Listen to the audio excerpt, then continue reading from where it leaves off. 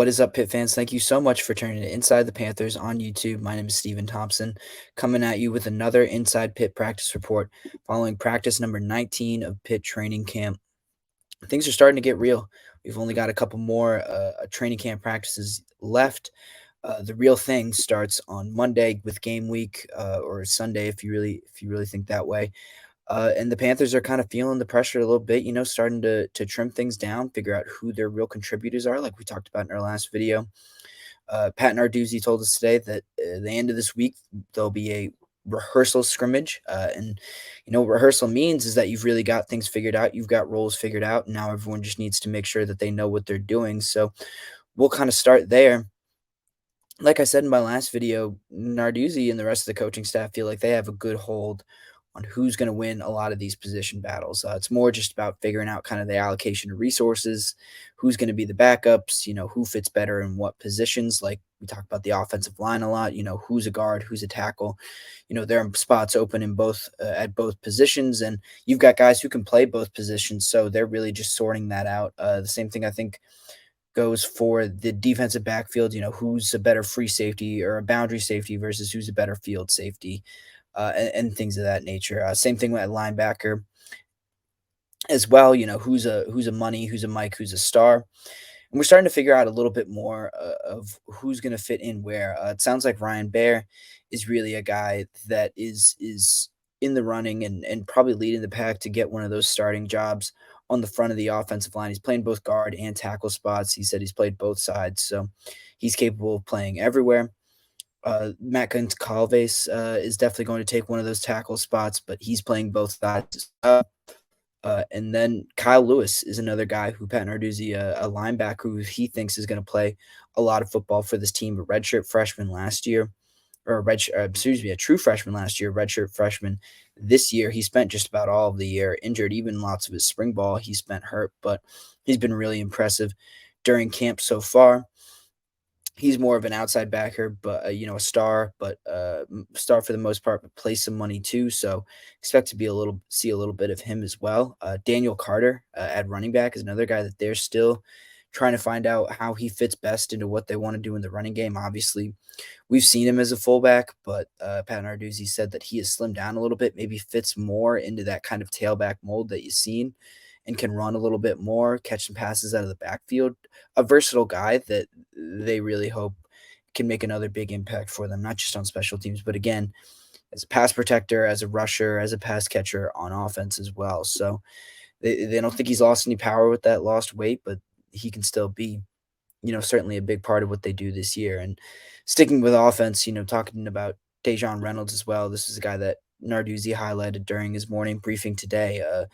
And he echoed something that Taekwon Underwood told us earlier in training camp about just how big and physical Reynolds is. He's been a big asset in the running game. That was something that the Panthers worked on in their last scrimmage pretty heavily, is running the football, and Reynolds really stood out there just because of his physicality and his size.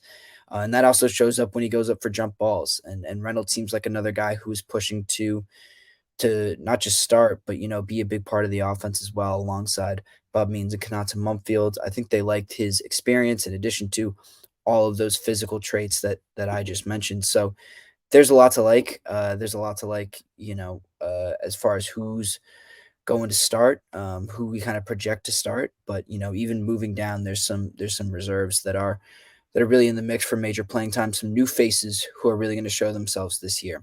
I want to take a minute to talk about the tight ends too, because that's a place where, like I said, like I said about a couple other positions, the top end seems really set. But the Panthers believe they have some depth further down the line that they can really use and can really be of great value. Malcolm Epps was one of the big additions to this Pitt roster, especially late in the summer. He came in late as a transfer from USC. Before that, he was at Texas. This is a big guy. Let me see if I have my roster in front of me. He's a big dude. He is let's see, he's 6'6", 255 pounds. Appreciate you all letting me do this on the fly. But Pitt really hasn't had a guy who's kind of built in that mold in a while. Even Lucas Krull, was just as big, but I don't think he was the same kind of athlete that Malcolm Epps is.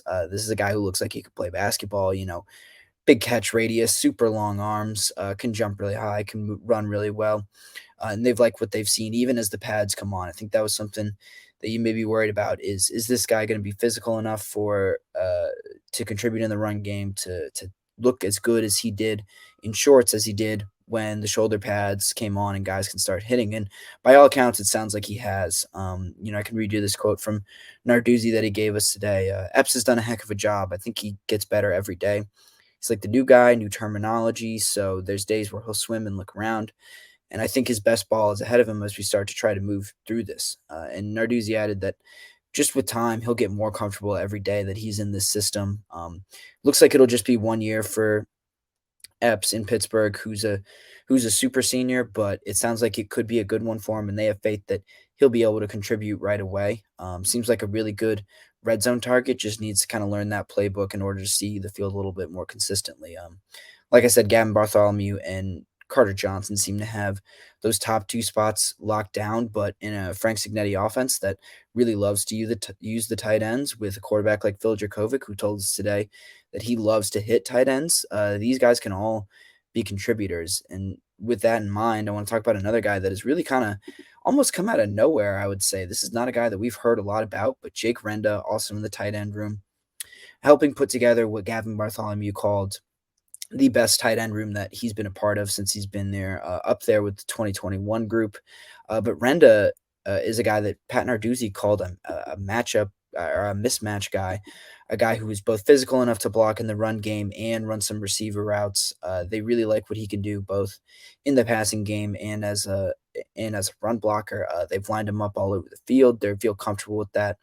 So Renda is another guy. He's young, I believe, as well. He's only a redshirt sophomore, so that's a guy with a lot of potential that the Panthers are excited not just for what he could possibly do this year, but a guy who could really contribute down the road. And that's, I think, the biggest focus. It seems like Epps, Johnson, and Bartholomew are the guys for this year, but they're really excited about Renda's potential, and they'll maybe try to start getting his feet wet a little bit in the offense this season. And then kind of look towards the future because, as Bartholomew pointed out to us, he's a guy who works really hard. Just kind of, his dedication and his work ethic, according to Bartholomew, really don't have an equal to the rest of these guys on this team. So even if not this year, I think we can expect that Renda will be a big part of this offense moving down the road as guys like Bartholomew, Johnson, and Epps kind of phase out and we move to, a next generation of Pitt tight ends. Moving on a little bit, we did talk to some heavy hitters this afternoon following practice.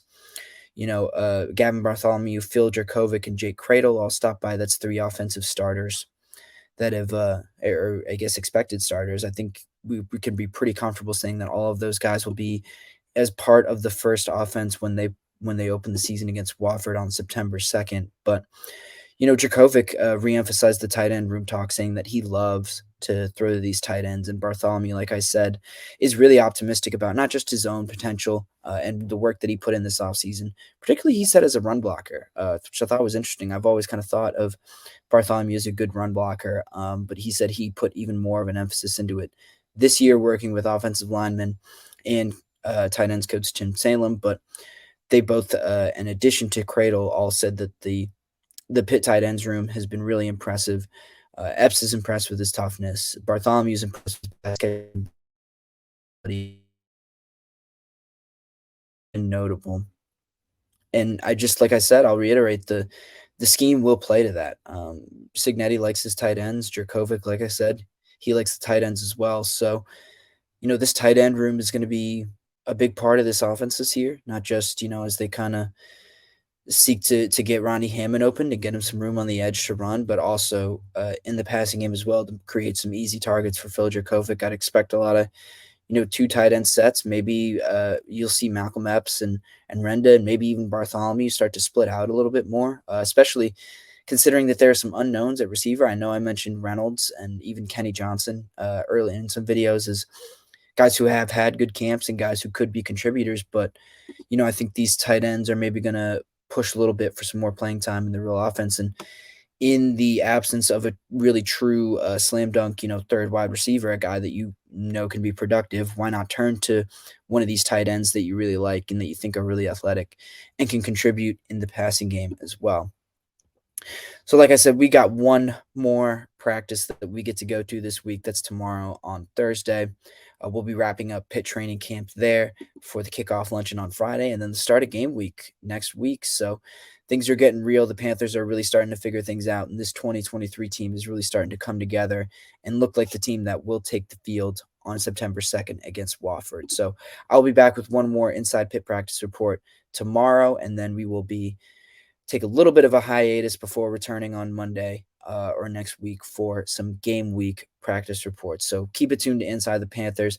Thank you for tuning into this video, but make sure to subscribe to us on YouTube. That's youtube.com/Inside the Panthers, and follow all of our reporting from the rest of training camp and throughout this season from regular pit practice in the regular season at InsideThePanthers.com.